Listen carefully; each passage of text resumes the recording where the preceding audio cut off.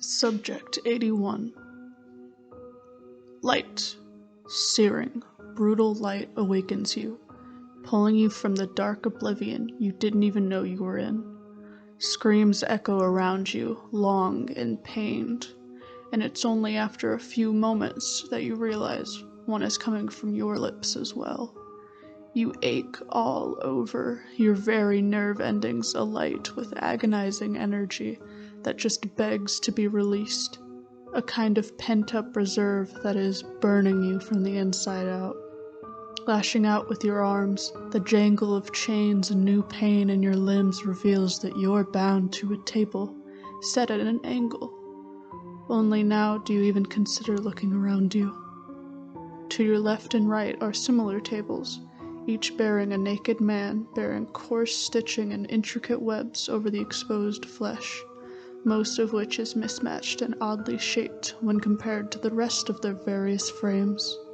You look down at yourself, still screaming as you see two small arms protruding from your stomach, manacled together at the wrists.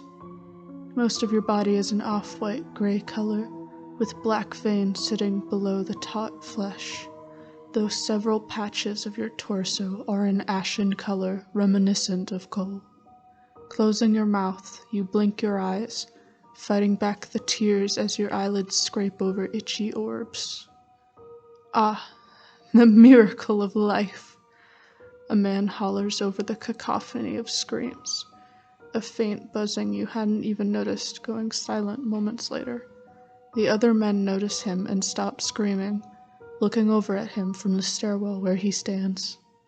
He looks unassuming, short and pudgy, with slightly Asian features, thinning hair atop his head, a clipboard in hand. Good! You all heard me. That makes you a rousing success over the last batch I cooked up. Cooked up, you think? Not trusting your mouth to work right. Your tongue feels swollen and dry, rubbing against jagged, broken teeth in your misshapen maw. Your lower jaw seems too large for your head, and you can feel in your gums places where foreign objects have been inserted. What does he mean by that? Stepping down the stairs, a hand trailing lightly on the guardrail, the man walks on the smooth concrete floor in the bright room, his white coat a glaring eyesore to even gaze upon. At least the walls have the decency to be made of gray bricks and mortar. He stops in front of you, peering up at you as he fishes out a pair of glasses from his breast pocket, slipping them on his thin nose. "Subject 81, he says, his dark eyes boring a hole into your pain-racked soul. You have been earmarked as the most likely to be sentient amongst your new brethren. Can you understand me?" You stare at him for a moment before nodding jerkily.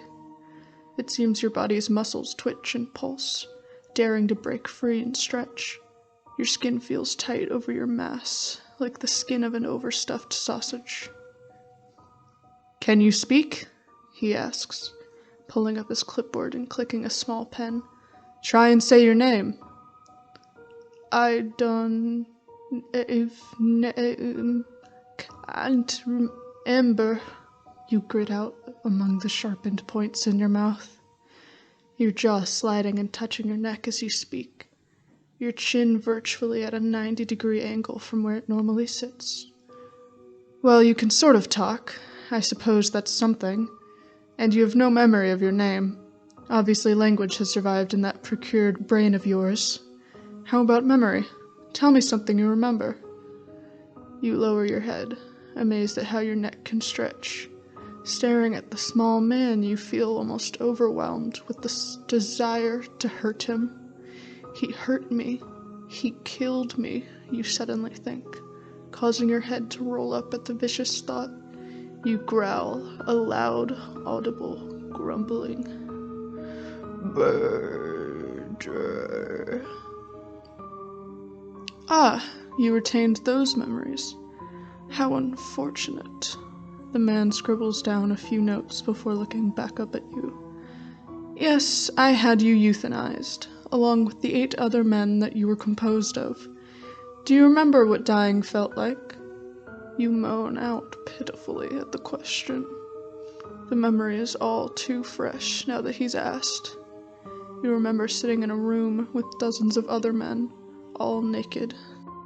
The room was stark white, with one entrance and 4 vents, no other decorations.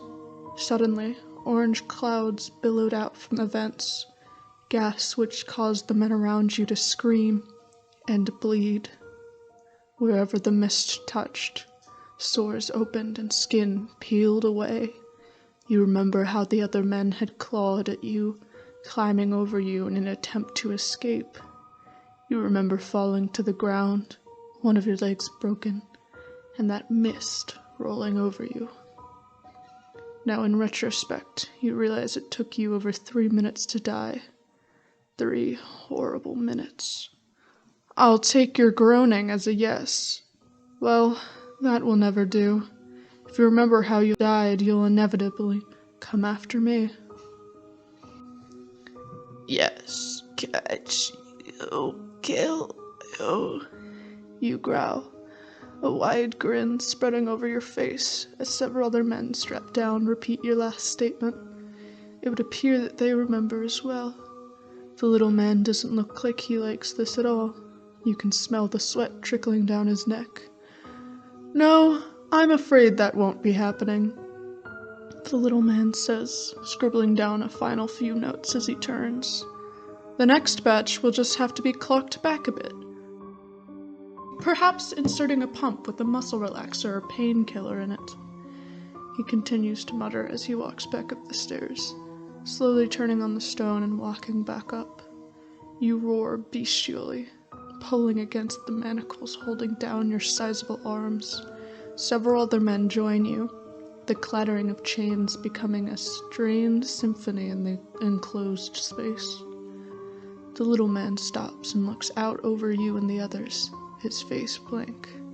He pulls a small black box, thin and light, from his coat and points it towards the ceiling. You hear a whirring coming from the light positioned over you. It only makes you roar louder, fight against the restraints harder. I kill Dean, you bellow, spittle flying from your fang-filled maw. He shakes his head slowly, staring at you with those soulless eyes. He says something. What it is, you can't hear him over the din of chaos coming from your brothers, and that incessant whirring noise. What in the world is that? Turning to look up into the light, you squint to make out a thin pipe extending down from the light, which is actually 5 lights clustered together. Looking around, you see pipes coming from each cluster of lights, stopping about a foot from your brothers' faces. And then it happens. The orange mist squirts out from the pipe, dousing the roaring men in a dense fog of death, their roars of anger turning to cries of anguish as their skulls begin to hemorrhage, their eyes melting from their sockets as their tongues swell and burst. Looking quickly at your own pipe, you watch it shiver almost in excitement before it sprays you. And then you slip once again into oblivion. You wonder, how many times will this happen to you before you can finally rest? Hello everyone. If you are new to my channel, as most people are, this is my first Creepypasta reading, and I hope to do more in the future with artistic renditions of the characters in them. I am an artist, and I do a lot of music and other sorts of things, including baking and decorating, but my channel isn't very active at the moment, and I'm hoping to change that. So if you would like more content, you could like this video, possibly subscribe to me.